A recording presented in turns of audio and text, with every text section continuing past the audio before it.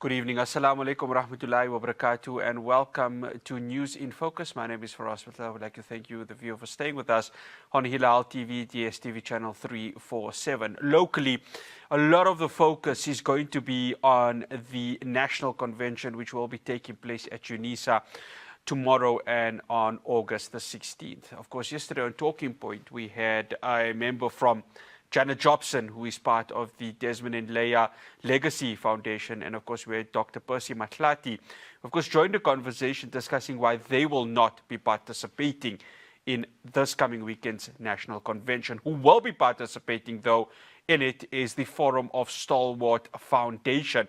And they say this is a step towards preparing and launching the Citizens-Led National Dialogue. It is a collection of foundations honoring figures such as Moses Kotane, Lydian Ngoyi, Charlotte Maxeke, and others. And they said that this dialogue is important to go ahead and confront these issues head on. Joining me now, I'd like to welcome Thulasizwe Makhanya. He is part of the Charlotte Manya Maxeke Institute. Mr. Makhanya, good day. Thank you so much for joining us on News in Focus on Hilaal TV. Good afternoon, and good afternoon to the viewers at home. No, it's an absolute pleasure. Mr. Makhanya, obviously we have many, if not all, of the legacy foundations that have pulled out. And there is, of course, a similarity when you look at the names and the names that are, of course, part of the Stalwarts Foundations Forum. In your view, as the Stalwarts Foundation Forum, do you feel this was a missed opportunity by the legacy foundations to participate in this weekend's National Convention? Thanks for this opportunity. As a Forum of Stalwart Foundation, we thought that it is important that we also add value to what might be the best opportunity to create a new path for our country.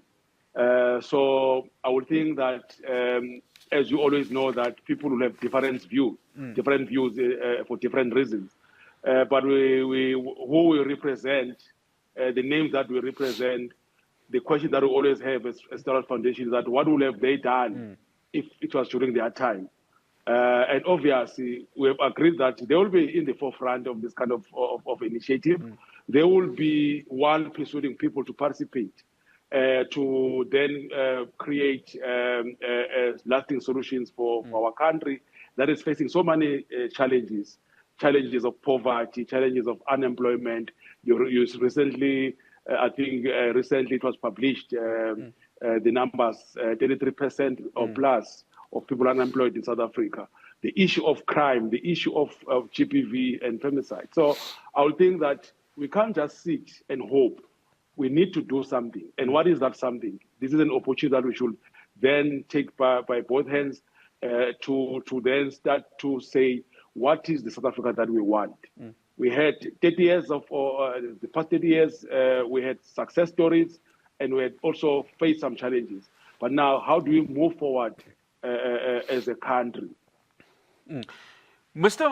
Makhanya, of course, in the Stalwarts Foundation's media release statement that you guys had published, of course, you know, the question that you are asking here is what lessons can we draw from the giants whose shoulders we stand on? Obviously, the South Africa that Charlotte Maxeke, Ubaba Moses Kotane, obviously experience is a completely different South Africa to what we are now in 2025. In your view, how would they have approached the current South Africa at this moment when we see so many social ills that are currently happening within our country? Yeah, I would think that their teachings and values, their mission is still relevant even today. You know, they were advocating for selfless leaders. They were trying by all means to be in the forefront and lead by example. So now I think we need to then understand that the challenge that we're facing, some of the challenges that we're facing is because of lack of leadership. And also I would think that then it is important that we learn a lot on what they stood for and take those lessons to then try and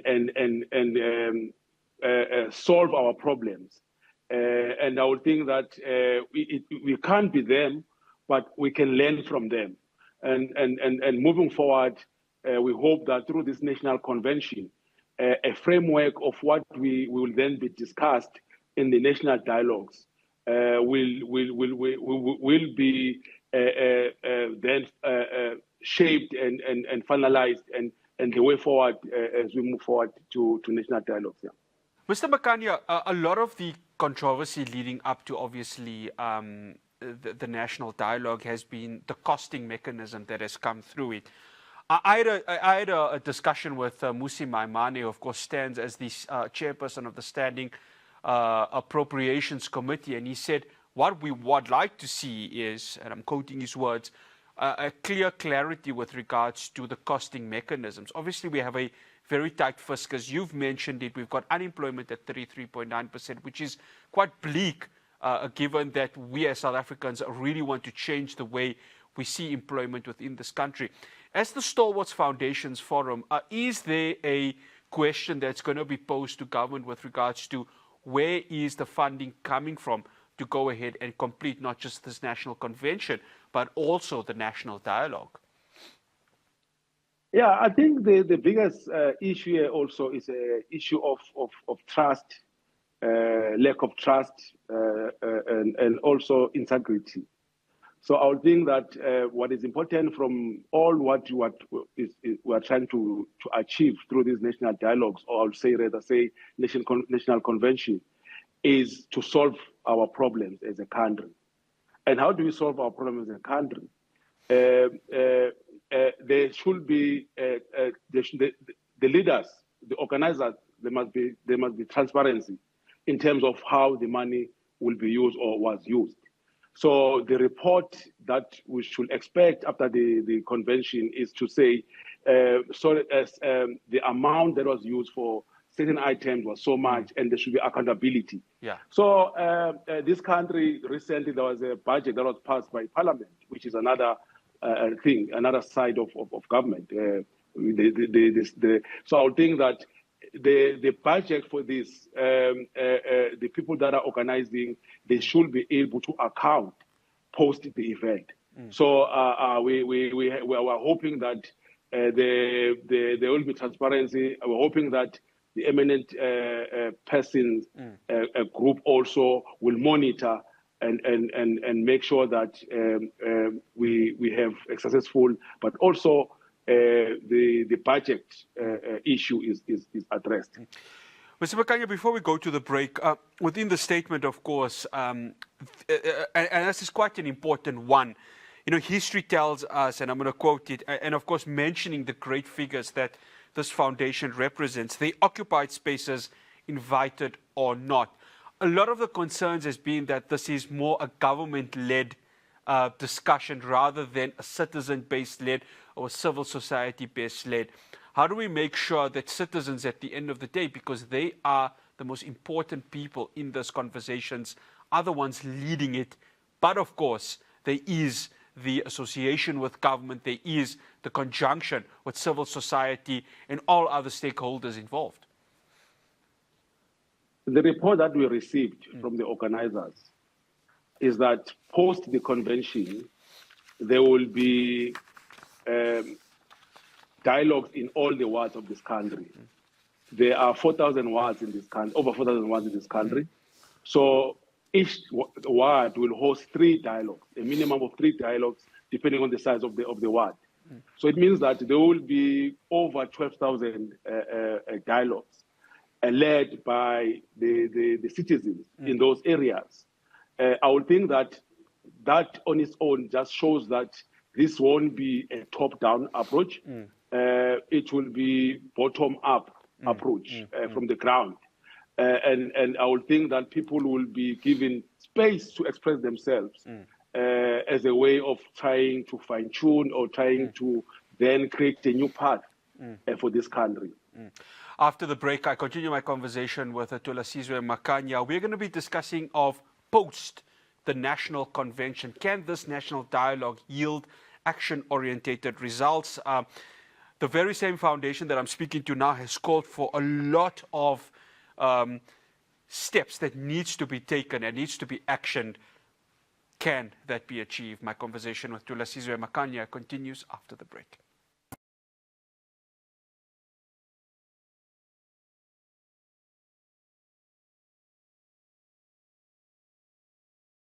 Welcome back to News in Focus. I'm in conversation with Thulasizwe Makhanya as part of the Stalwart Foundation Forum and also the Charlotte Manya Maxeke Institute.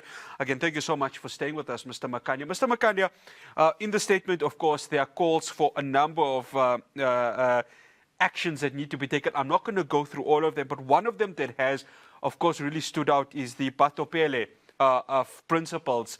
I myself feel that we've lost a lot of those principles. I myself feel that what we haven't seen is that being implemented holistically as South Africans. Do you believe, as the Stalwart Foundations Forum, that we can and we need to revisit these principles in order to build that better South Africa, which this national dialogue is striving for?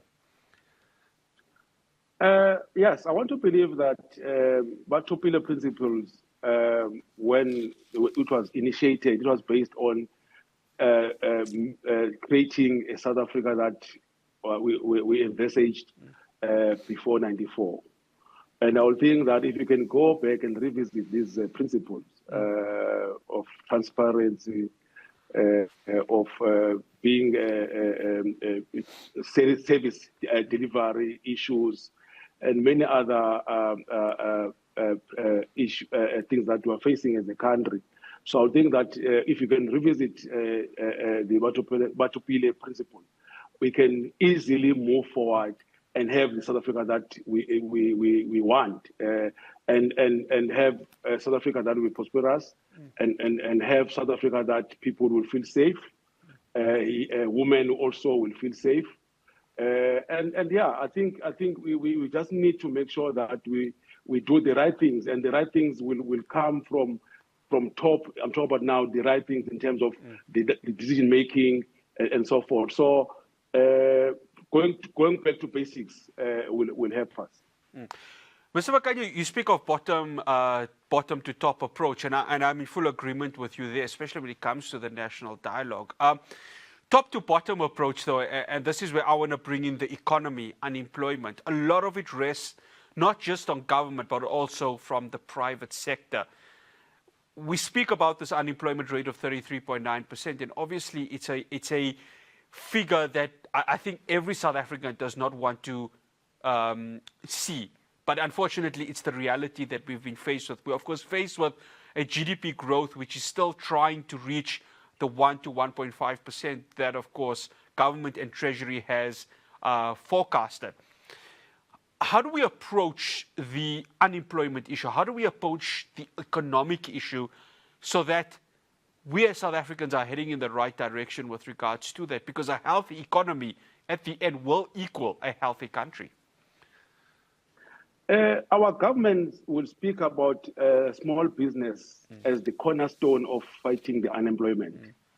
And I would think that what needs to happen then through this kind of engagement, community engagement, is to find some lasting solutions. How do we do that? One is to make sure that we put more resources to empower business people in rural areas, in townships. We start also to make sure that our focus should be also in upskilling our people in different sectors, you know. So once we invest more in small business in our own areas, it will mean that a person will be able to grow his business or her business. A person will be able to draw salary from the business. A person will be able then to also employ someone or employ people in her or his business. So we just need to then make sure that we put more resources at a ground level, and we try and manage the investment that will be done by establishment or established business in township, where they will come and build malls, they will come and build shopping centers, but the community, the local community won't be benefiting from that other than just being clients or customers or consumers of those spaces. So we just need to revisit and try and invest more. We can't have slogans and quote other people that have done well in their own countries. We need to try and engage, business people at local level. There were business people before '94 that were doing well, running businesses in their own townships, in their own rural area. So, how did they manage that? Yes, it's a different period now, era, but we need to make sure that the least that we can do is to put more resources. And yes, our government will give grants to small business people, and they will give sometimes support in kind through giving them startup equipment. But we need to go beyond that. It's 30 years after democracy. If you can maybe go and revisit how the Afrikaners were able to grow their own businesses during the era of where they were in charge, you'll find that we need also to start to focus on growing our own people in what they might be in their field of interest in terms of business. Yeah.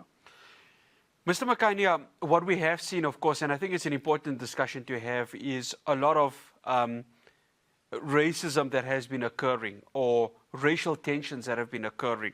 We, of course, saw at the start of the year when AfriForum visited the United States of America, we saw this peddling of the narrative of a white genocide. And till today, it's been proven that there isn't anything or any sort of white genocide that is happening.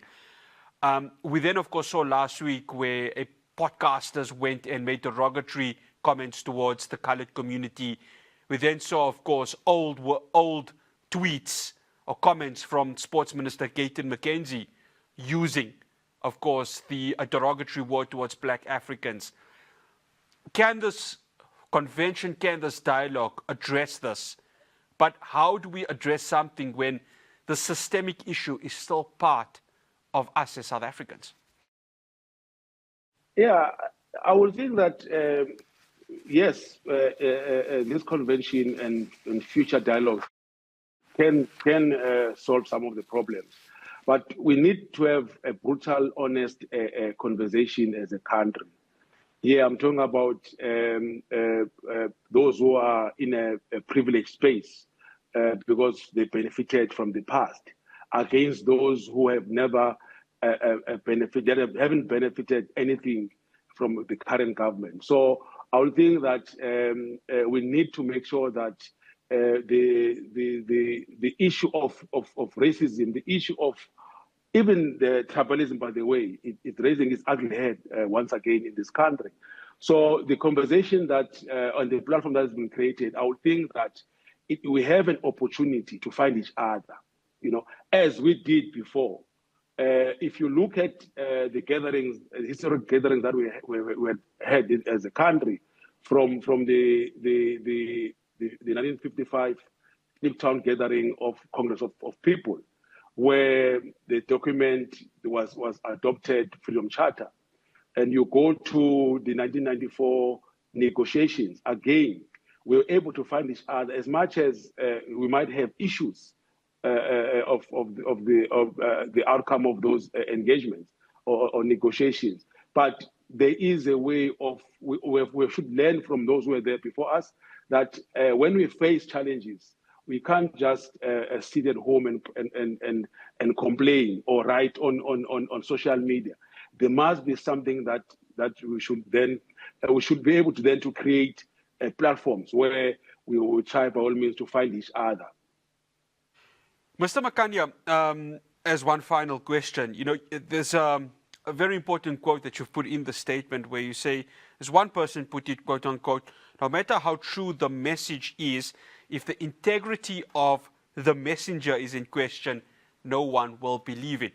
I think both you and I can agree, Mr. Makhanya, that there is a lack of trust between citizen and government, given what we've seen, of course, in the Zondo State Capture Commission report, what we have seen when it comes to, of course, the polls itself. And that has translated into what the citizens believe, that there is a lack, not just to government itself, and I'm talking about the African National Congress, but all the other parties.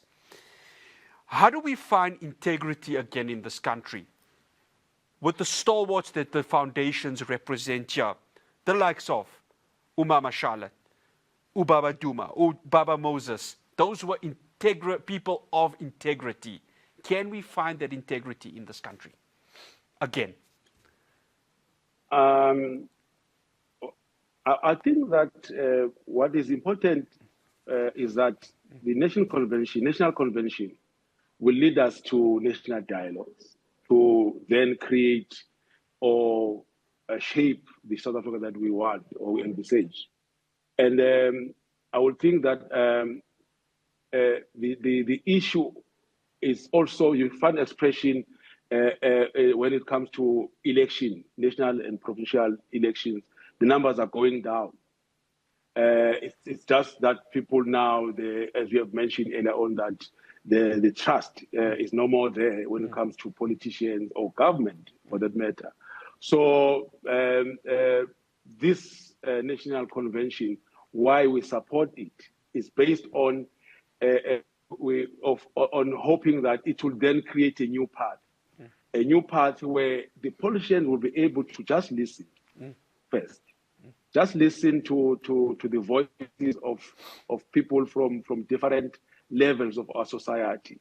And also for them to understand that they can't have all the solutions. So how do we then move forward? You will need then to engage people to find out from them that how do you solve this problem? We've been in government for 31 years and we've failed to achieve what we aim to achieve there. So now, then we need then to extend our hand. I'm talking about government now. Extend their hand to the people, so that people also can feel that they are part of this I would say country. They will feel appreciated by those who are in leadership position. Because now what has happened now in the last I would say 31 years, it's always been what the leaders would think people want, and I think that the only way then to regain trust is to just pause, sit and listen, and then you'll find solutions that might assist us to move forward as a country. Thulasizwe Makhanya, absolute pleasure having you, and thank you so much for joining us. Thank you so much for this opportunity. That's absolute pleasure. Thulasizwe Makhanya, who is part of the Charlotte Manya Maxeke Institute and also the Stalwart Foundations Forum. After the break, well, I think you've seen it. It's US President Donald Trump again. This time, he's deployed the National Guard to Washington, D.C., and he's not stopping there. This is to deal with the crime rates within the United States. Is that against civil liberties? Does he have the authorization to do that? I'm going to be speaking to Kobi Gwailori. He is from Chicago to discuss this. Do stay tuned.